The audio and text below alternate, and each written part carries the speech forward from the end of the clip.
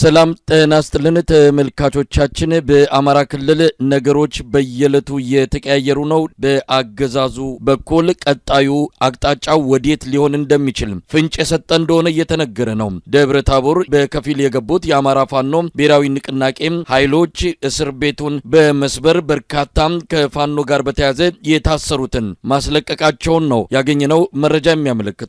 ደብረ ታቦር የድሮን ጥቃትም ተፈጽሞባታል። በአማራ ክልል የሚካሄደው የሉና ተጋድሎ ተጠናክሮ በቀጠለበት በዚህ ወቅት ላይ የአብይ አህመድ አገዛዝ ከመላ ሀገሪቱ ያሰባሰባቸውን ወታደሮችን ወደ ሰሜን በሚያጓጉዝበት ወቅት በመንገድ ላይ ጥቃት እየደረሰበት ይገኛል። በኦሮሚያ ክልል የኦሮሞ ነጻነት ሰራዊትም በአገዛዙ ወታደሮች ላይ ከባድ ጉዳት ማድረሱም እየተነገረ ነው። ባለው አጠቃላይ ሁኔታ ላይ የዘውትር ተሳታፊያችን መረጃዎችን ሊያካፍለን መስመር ላይ ተገኝቷል።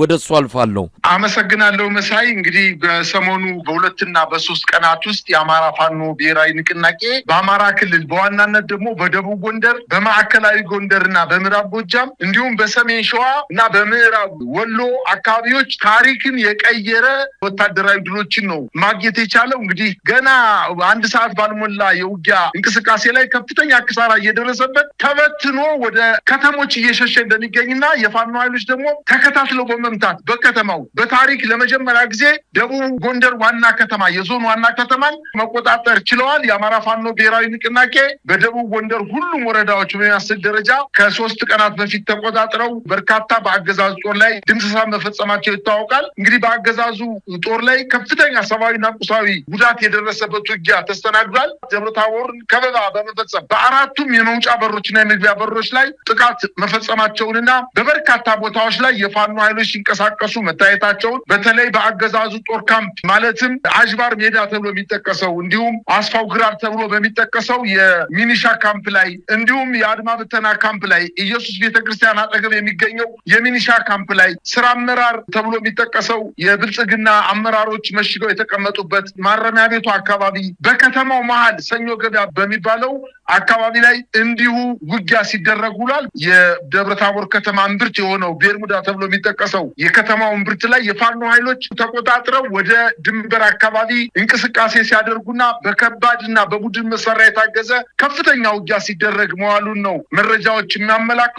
በአጠቃላይ በከተማዋ በሁሉም ቦታዎች ከባድ ውጊያ እየተደረገ ሲሆን እስከ ቀኑ 10 ሰዓት እንደቀጠለና ከዛ እየቀዘቀዘ እንደመጣ በርካታ ታጣቂዎችን መማረካቸውን እጅ መስጠታቸውን በርካታ ታጣቂዎች የአድማ ብተናና የፖሊስ አባላት ደግሞ መሞታቸውን መገደላቸውን እንዲሁም በርካታ የብልጽግና አመራሮች ተሸሽገው ከነበሩበት ቦታ ወደ ደብረ ታቦር ዩኒቨርሲቲ ሸሽተው በሚኒሻ እና በአድማ ብተና ታጅበው ወደ ዩኒቨርሲቲው እንደገቡና በዛ አካባቢ ከፍተኛ ውጊያ እየተደረገ እንደነበረ ለማወቅ ተችሏል። ደብረ ታቦር በአጠቃላይ ከፍተኛ የሆነ ውጊያ ሲደረግባት እንደዋለና በከተማው ላይ በርካታ ቃጠሎች በተለይ አስፋው ግራር ተብሎ የሚጠቀሰው አካባቢና አጅባር ሜዳ ተብሎ የሚጠቀሰው የሚኒሻና የአድማ ብተና ካምፕ በፋኖች መውደሙንና በርካታ የጦር መሳሪያ የትጥቅ ተተኳሾች እንዲሁም የቡድን መሳሪያዎችን በካምፕ ውስጥ ማግኘት መቻላቸውን አስታውቀዋል። እንግዲህ ተያይዞ የደብረ ታቦር ከተማ ብቻ ሳይሆን በትናንትናው ዕለትም እንዲሁ ከባህር ዳር ከተማ በቅርብ ርቀት ከ20 ኪሎ ሜትር ባነሰ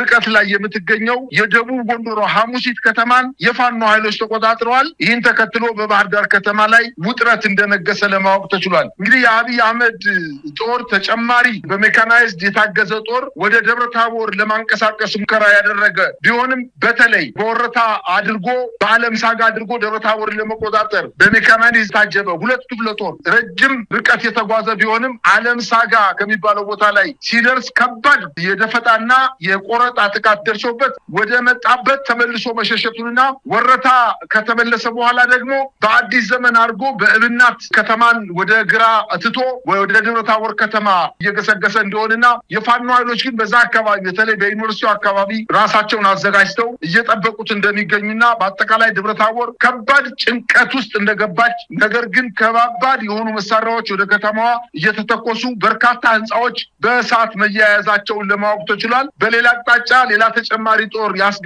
ቢሆንም በተለይ በሊቦ ከምከም አድርጎ እየሄደ ያለው ጦር አሁንም የደፈጣ ጥቃት እየተፈጸመበት እንደሆነ ለማወቅ ተችሏል። እንግዲህ በኢየሱስ ተራራ ላይ እና ዩኒቨርሲቲው አካባቢ ብዛት ያለው የወረዳ ስደተኛ አመራር በአድማ ብተናና በሚኒሻ ተከቦ የፋኖ ኃይሎች ማረሚያ ቤቱን ሳይቀር ሰብረው በመግባት በርካታ የፋኖ ቤተሰቦች ፋኖ ናችሁ ለፋኖ ትደግፋላችሁ ብለው ያሰሯቸው የመንግስት ሰራተኞች፣ ነጋዴዎች፣ የሃይማኖት አባቶች፣ የፋኖ ቤተሰቦች በአጠቃላይ ከእስር ቤት እንዲወጡ መደረጉንና በደብረታቦር ከተማ ላይ የተሰራው ወታደራዊ ኦፕሬሽን ትልቅ ድል ማስመዝገባቸውን ለማወቅ ተችሏል።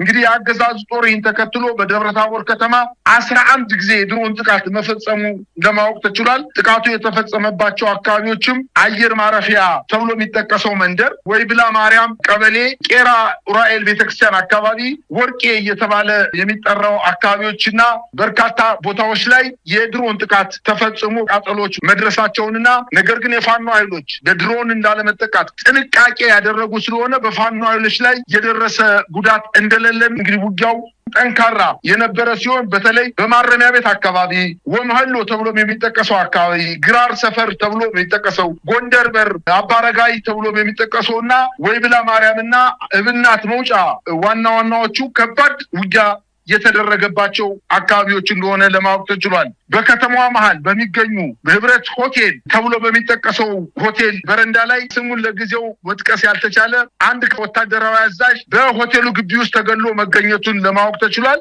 ከደብረታቦር ወጣ ብሎ ወደ ባህር ዳር መንገድ ወረታ ዙሪያ ተብሎ የሚጠቀሰውና አውራምባና ወርቅ ሜዳ በተባሉ አካባቢዎች ላይ ውጊያው በሰፊው እየተካሄደ እንደሆነ ይሄን ተከትሎ ወደ ባህር ዳር የሚደረገው ግስጋሴ እንደቀጠለ ነው ለማወቅ የተቻለው። ውጊያው በቡድን መሳሪያዎች የታገዘ እንደነበርና የመከላከል እርምጃዎችን ቢወስድም ጥምር ጦር የተባለው ኃይል ራሱን መከላከል አቅቶት በተለያዩ የመንግስት ተቋማት ላይ ራሱን ደብቆ እንደሚገኝ ነው መረጃዎች የሚያመላክቱት። ይሄን ተከትሎ የአማራ ክልል ሰላምና ደህንነት ቢሮ አምኖ ከተማዋ ላይ ከፋኖ ኃይሎች ጋር ከባድ ውጊያ እያደረግን ነው በማለት መግለጫ ሰጥቷል። በደብረታቦር ከተማ ከፋኖ ጋር ውጊያ ላይ ነን በማለት የማንነት ቀውስ ያለባቸው ባንዳዎች ጥገኛና ተላላኪ እያለ በስድብ የታጨቀ ሽንፈቱን ያመነበትን መግለጫ ሰጥቷልኝ። ይሄ ማለት እንግዲህ የተመታው የብልጽግና ጦር ከፍተኛ ህመም፣ ብሽቀትና ንዴት ውስጥ እንዳሉ የሚያሳይ ነገር ነው። እንግዲህ በሌላ ዜና በባህር ዳር ከተማ መኮድ በሚገኘው የሰሜን ምዕራብ ዕዝ ዋና ማዘዣ ጣቢያ ላይ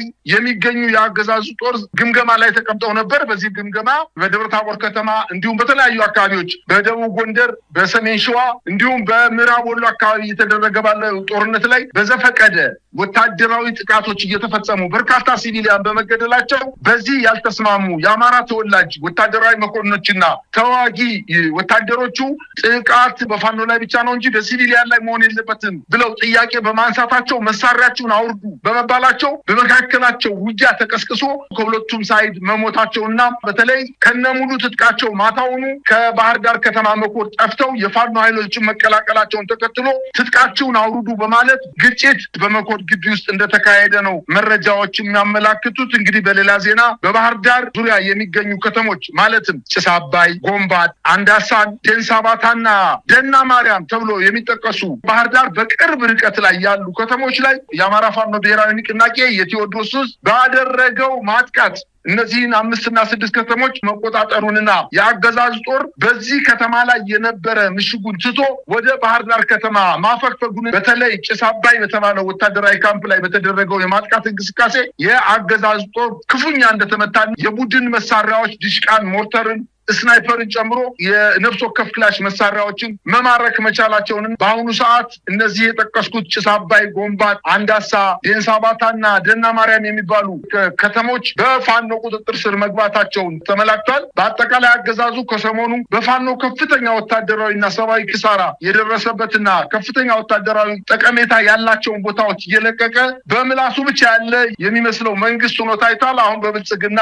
የዲጂታል ሰራዊት አማካኝነት የብልጽግና የውስጥ ባንዳዎች ብልጽግናን አስጠቅጠውታል በማለት የብልጽግና ዲጂታል ሚዲያዎች ዘምተውባቸዋል። መዝግቡ ስም ፋኖ ወደ ከተሞች በመግባቱን ተከትሎ አቆለታል መንግስት እያሉ የሚያስወሩ የብልጽግና አመራሮች ስማቸው መዝግባቸው ያዙ፣ ነገ ሂሳብ እናወራረዳለን በማለት መረጃዎች የሚያመላክቱት። በምስራቅ አማራ ቀጠና ፋኖ በቆቦ አካባቢ ከባድ ውጊያ መክፈቱንና ይህን ተከትሎ ገና ውጊያ ከመጀመሩ 1 ሰዓት ባልሞላ ጊዜ ውስጥ በርካታ የአገዛዙ የአገዛዙ ጦር ከውጊያ እያፈነገጠ ወደ ፋኖ ኃይሎች ከነሙሉ ትጥቁ በጅምላ እጅ መስጠቱን ተከትሎ አሁን በማምሻው የተሰራጨው የአማራ ፋኖ ብሔራዊ ንቅናቄ ደጋፊ ሚዲያዎች የለቀቁት የምስልና የድምጽ ቪዲዮ ያመላክታል። በአጠቃላይ በአማራ ክልል አሁን ከባባድ የሆኑ ውጊያዎች ይደረጉ እንጂ በፋኖዎች በአጭር ጊዜ ውስጥ ድሎች እየተገኙና በርካታ ወታደራዊ ጠቀሜታ ያላቸውን ስትራቴጂክ ቦታዎችን እየለቀቀ ወደ ከተሞች እየተሰባሰበ እንደሚገኝ ነው መረጃዎች የሚያመላክቱት። መሳይ እንግዲህ ነገሮችን ገጣጥሞ መመልከት ከተቻለ አገዛዙ በአራት አቅጣጫዎች ፍጥጫ ውስጥ እንደገባ ይታወቃል። የዚህ ሱዳኑም ጉዳይ በቤንሻንጉል ጉሙዝ ክልል የጦር ሰፈር የሰጠበት እንደዚሁ ከሰሞኑ ወታደራዊ እንቅስቃሴ ጋር ተያይዞ እየተገለጸ ይገኛል። በነገራችን ላይ አሜሪካ በጉዳይ ላይ በጥልቅ እየመከረችበት እንደሆነ በሴኔቱ የውጭ ጉዳይ ኮሚቴ ምናልባት በቀጣይ በሂደት ማዕቀብ ሊጥል የሚችልበት እድል እንዳለ ነው እየተነገረ የሚገኘው።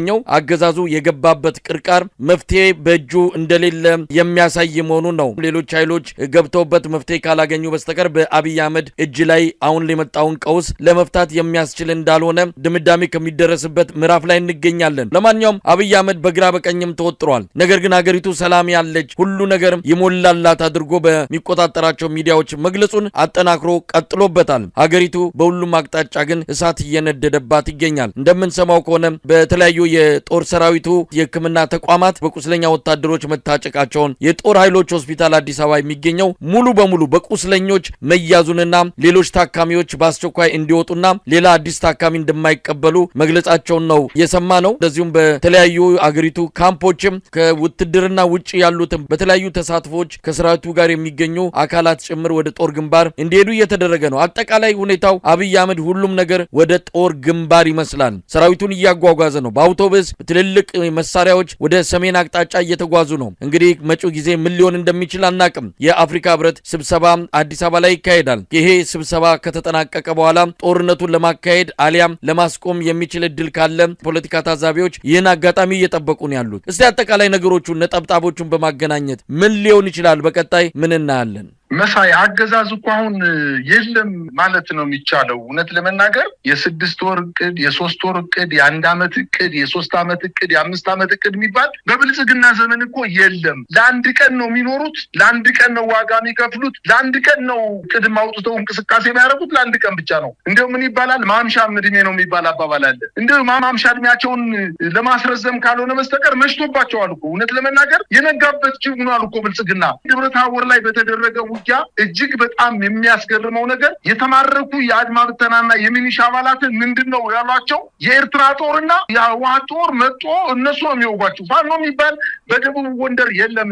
ስለሌለ እየወጓቸው ያሉት የህወሓት ጦርና የኤርትራ ጦር ነው መጥቶ እንግዲህ ጋሳይ ላይ፣ ክምር ድንጋይ ላይ፣ ጉና በጌምድር ላይ፣ ንፋስ መውጫ ላይ፣ ስማዳ ላይ፣ እስቴ ላይ፣ አንዳ ቤት ላይ እነዚህ ከተሞች ላይ የኤርትራ ጦር ቤት አርጎ መጥቶ ነው የሚወጋቸው። ይህንን አምነው በውጊያ መስዋዕትነት ከፍለው የተረፉት የሚኒሻና የአድማ ብተና አባላት አማርኛ የሚናገሩ የፋኖ ኃይሎች እንደነሱ ዘዬ የደቡብ ጎንደር ዘዬ እየተናገሩ ያሉ የፋኖ አባላትን ሲያዩ እናንተ ናችሁ እንዴ? የኛ ወገን ናችሁ እንዴ? እኛ እኮ የተነገረን ነገር የኤርትራ ጦር መጥቶ ደቡብ ጎንደር ላይ ገብቷል ተብለን ነው እንጂ መቼ እናንተ ላይማ እንደዚህ እናረግ ነበረ በማለት አገዛዙ ሰራዊቱን በውሸት ነው እያስፈጀው ያለው እና አለ ማለት አይቻልም። በአጠቃላይ ስርዓቱ ወድቋል፣ ተመቷል። ይኸው ትናንትናና ዛሬ እኮ በደቡብ ጎንደር እኮ ሁሉን ነገር አየነው እኮ። ስርዓቱ 2 ሰዓትና 3 ሰዓት ባልፈጀው ውጊያ ብትንትኑ ሲወጣና መደበቂያ አጦ ያደፈ ልብስና የገበሬ ልብስ ፈልጎ ነጠላ ጫማና በረባሶ ጫማ አድርጎ ወደ ገጠር ወደ ዘመዶቹ ሲሄድ እኮ በርካታ አመራር እኮ ተይዟል። ከዚህ በላይ መሸነፍና መውደቅ የት አለ? ስለዚህ ስርዓቱ የተሸነፈ ስርዓት ነው። አሁን እያደረገ ያለው ሽንፈቱን ውጫዊ ለማድረግ የአማራ ህዝብና የአማራ ፋኖ ብሔራዊ ንቅናቄ አላሸነፈኝ የሚለውን የዓለም አቀፍ ተቋማትና ሀገራት እንዲያውቁለት ውጊያውን ቀጠናዊ ለማድረግ ከፍተኛ እንቅስቃሴ እያደረገ ነው። በምስራቅ አፍሪካ ብጥብጥ በመፍጠር ምናልባት ገላጋይ እንዲገባ ለማድረግ ካስቦ ካልሆነ በስተቀር በአጠቃላይ የተምታታበት ስርዓት እንደሆነ ይሄው እያየን ነው የምንገኘው። በጣም የሚገርመው ደቡብ ጎንደር ላይ እጃቸውን ሰጡ የተባሉ ከዚህ በፊት የነበሩ የአፋድ ወታደራዊ አዛዥ ናቸው ተብለው በዘረፋ ላይ ተሰማርተው የነበሩ እጃቸውን ከሰጡ በኋላ ደግሞ በደብረ ታቦር ከተማ 12 እና 20 አጃቢዎችን ይዘው ሰው ሲያሳስሩ ሲደበድቡ የነበሩ በአንድ በኩል በዩኒቨርሲቲ በኩል ሰራዊት ይዘው ሲዋጉ መዋላቸው ደግሞ እጅግ በጣም ይገርማል። ነገር ግን የፋኖ ኃይሎች ከበባ በመፈጸም ሲያጅቧቸው የነበሩትን ኃይሎች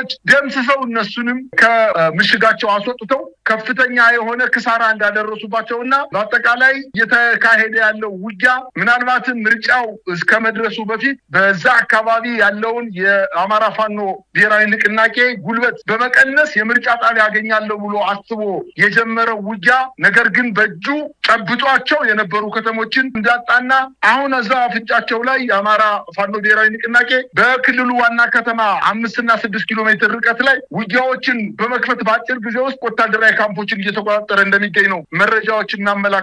መሳይ እንግዲህ እናንተ አሁን እዚህ እየተነጋገርን ባለበት ሰዓት ላይ አዳዲስ መረጃዎች ዘግይተው የሚወጡ መረጃዎችን እየተመለከትኩ ነበረ። የአማራ ፋኖ ብሔራዊ ንቅናቄ አፋብን ወቅታዊ መግለጫ ጥሪ አድርጓል። ኑ ጠላትን በጋራ ታግለን የአማራን ሕዝብ ህልውና እናረጋግጥ በሚል ነው ጥሪ ያደረገው። የምህረት አዋጅም እንዲሁ አስተላልፏል።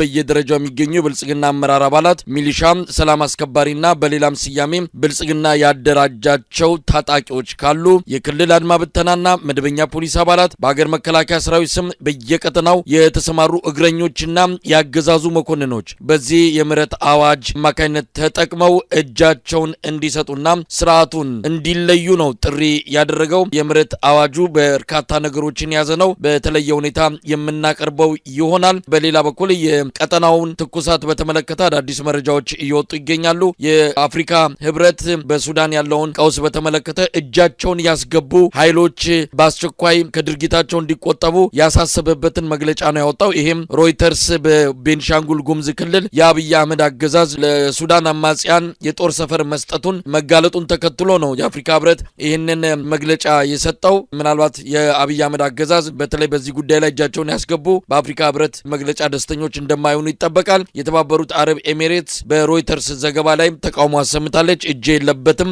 እኔ ከደሙ ንጹህ ነኝ ስትል ነው ያስተባበለችው። የአብይ አህመድ አገዛዝ እስካሁን ድረስ ምንም ያለው ነገር እንደሌለ ነው ያረጋገጥ ነው። ከዛ ይልቅ ለዚህ ጉዳይ እንደሆነ በሚጠረጠር የሳውዲ አረቢያ ከፍተኛ ባለስልጣናት አዲስ አበባ ይገኛሉ። አገዛዙ ሚዲያዎች የተለየ አጀንዳ በማንሳት ጉዳዩን ሌላ መልክ ለማስያዝ እየሞከሩ ነው ያሉት። በቀጥታ የሳውዲ አረቢያው ባለስልጣናት የመጡበት ጉዳይ ከዚሁ ቤንሻንጉል ጉሙዝ ክልል የአብይ አህመድ አገዛዝ ከሰጠው የጦር ሰፈር ጋር የተያዘ እንደሚሆን ይገመታል። የቱርኩ ፕሬዝዳንትን በመጪው ሳምንት ይመጣሉ የተባለው ከዚሁ ጋር የተያዘ እንደሚሆን ነው የሚገመተው። በግራ በቀኝም በውስጥም በውጭም አብይ አህመድ ቅርቃር ውስጥ የገባበት ሁኔታ እንዳለ ነው የሚሰማው። ማምሻውን ከደብረ ታቦር አካባቢ የምንሰማው የአገዛዙ ኃይል ባለ በሌለ አቅሙ ደብረ ታቦርን ለመቆጣጠር እየሞከረ ነው። ጽንፈኞችን አስታክሰናል፣ ደብረ ታቦርን መልሰን ወደኛው አድርገናል የሚል መግለጫም በከንቲባው እየተሰጠ ይገኛል። ግን አሁን እስካለው ድረስ ቁልፍ ቦታዎች በፋኖ እጅ እንደሚገኙ ነው የሰማ ነው። ለማንኛውም ሁኔታውን እንከታተላለን። አንተን በጣም ነው ማመሰግነው።